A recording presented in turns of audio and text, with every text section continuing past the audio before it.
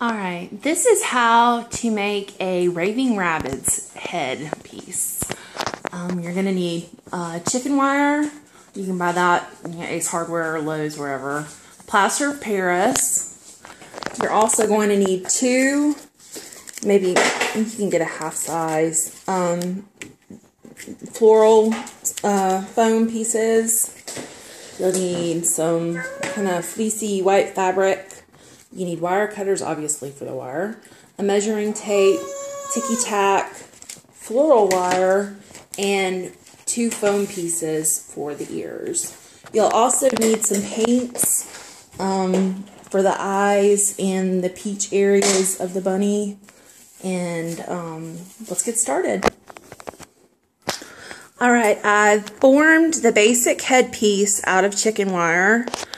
I found what works really well is to get two pieces for the front and the back, and then also get kind of an oblong, like an oval shape for the top.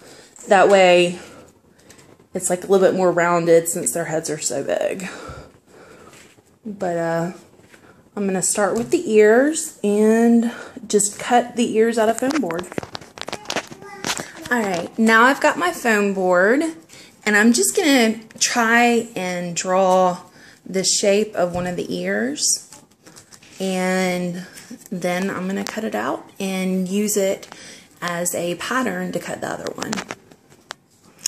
Alright, now I have made a shape that I've approximated as far as the facial features go, as far as the length.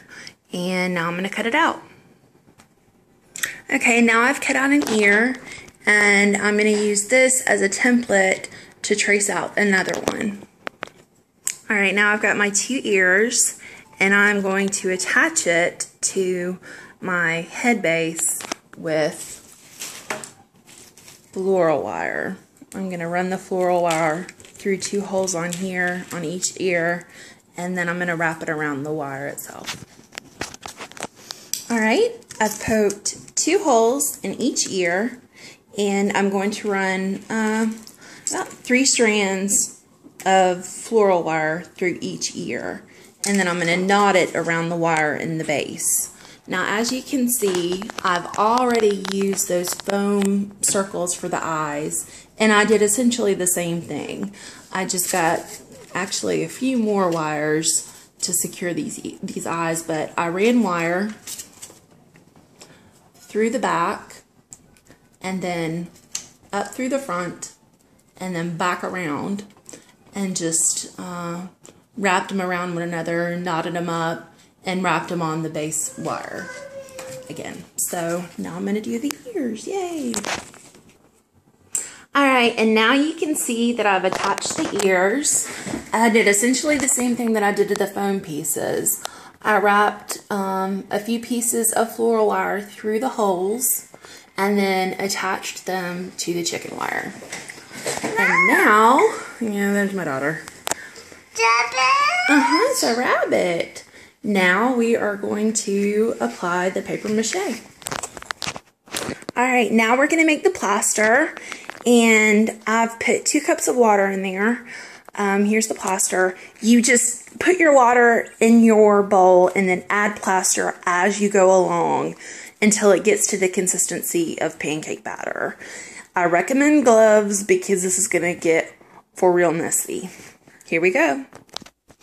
Alright, I've got my paper mache mixed up. I've got my newspaper torn up.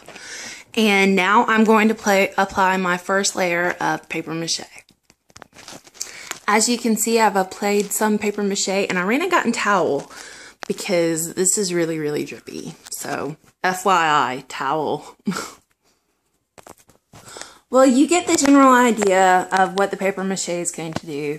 Now, the ears might tend to flop a little bit, which mine did just a little.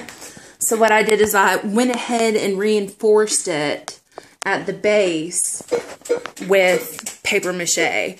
Now, if you get some, like I have, all over them, trying to get them to stay straight, that's fine, because we're actually going to cover it with fabric anyways. So this is part 1, and once I'm done with the paper mache, I'll give you part 2. Thanks a lot.